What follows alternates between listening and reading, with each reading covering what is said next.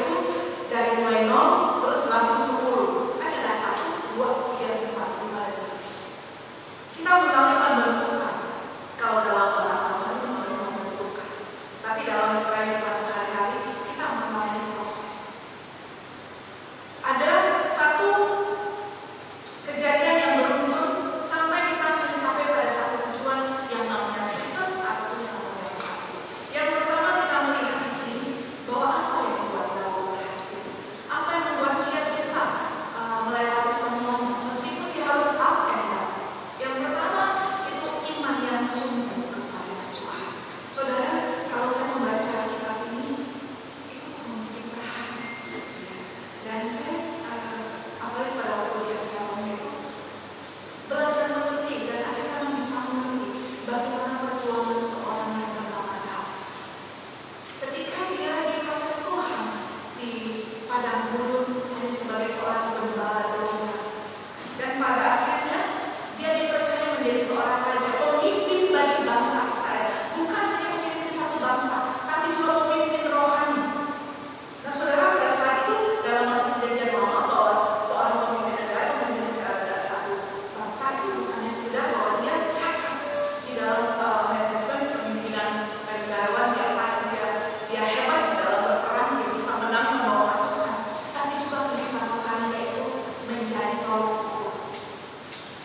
Bahwa Daud itu benar-benar dia sungguh-sungguh imannya sungguh kepada Tuhan. Contohnya kita bisa lihat, kita harus lihat bagaimana perjalanan hidupnya. Ada banyak skenario yang dilakukan, yang dibuat oleh orang-orang, terutama dari mertuanya sendiri yang bernama Raja Saul, tapi Daud tidak terpancing untuk membawa semua melakukan. Bahkan pada waktu dia disepelekan berperang melawan seorang raksasa Goliat, karena dia hanya memakai ketapel saja, imannya tidak gugur. Dia tidak cakap, ya. Dia tidak langsung, oh iya, yang di sana itu berperang dengan memakai baju silat, lengkap dengan baju perang, peralatannya lengkap. Sementara Daud, dia hanya berpakaian sebagai seorang gembala domba. Begitu sederhana. Dan dia hanya pegang ketapel. Tapi yang betul dia itu Tuhan, Allah yang hidup. Bahwa dia harus melakukan dan dia mengikuti perintah ABC, begini ya. Begitulah yang harus kamu lakukan. Dia taat, saudara, dan dia meyakini apa yang dilakukan nanti itu akan membebaskan, memberikan keberhasilan bagi bangsa Israel. Dan itulah awal karirnya Raja Daud. Karena apa? Dia memiliki iman yang sungguh kepada Tuhan. Bahkan ketika saudara-saudaranya menyebutkan dia bilang, ya masa dia sih? Ini wajahnya kemerah-merahan. Saudara tahu kan kalau dia bilang wajah kemerah-merahan itu masih masih muda. Dan dia nggak pernah dapat latihan perang. Dia bukan tentara yang dibina, dia bukan tentara pilihan. Dia nggak tahu itu bagaimana berperang, bagaimana mungkin dia membawa pasukan, dia memimpin pasukan ini bangsa Israel ini dan bisa mendapat keberhasilan. Tapi kita belajar dari Daud. Dia nggak pernah memimpin, dia tidak pernah memimpin, tapi dia bicara karena dia punya iman yang sungguh kepada Tuhan. Tuhan pilih dia. Dia pun bertanya-tanya, tapi dikatakan bahwa Tuhan akan menolong dia, dan dia meyakini. Dan sepanjang dalam kehidupannya sebagai gembala domba, dia sungguh-sungguh bertanggung jawab, saudara. Dia bertanggung jawab dengan domba-domba. Ini yang tidak dimiliki oleh banyak orang. Dia punya iman yang kuat. Makanya ada banyak orang yang mengatakan, kami nggak perlu orang yang cerdas, kami nggak perlu orang yang hebat. Yang kami tuntut adalah orang yang setia dan taat.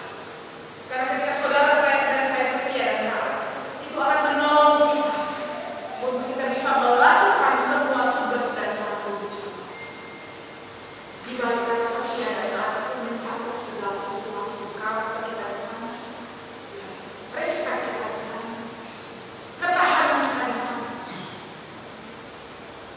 Dan Raja Daud menunjukkan itu, dia setia dan taat. Apa yang dilakukan?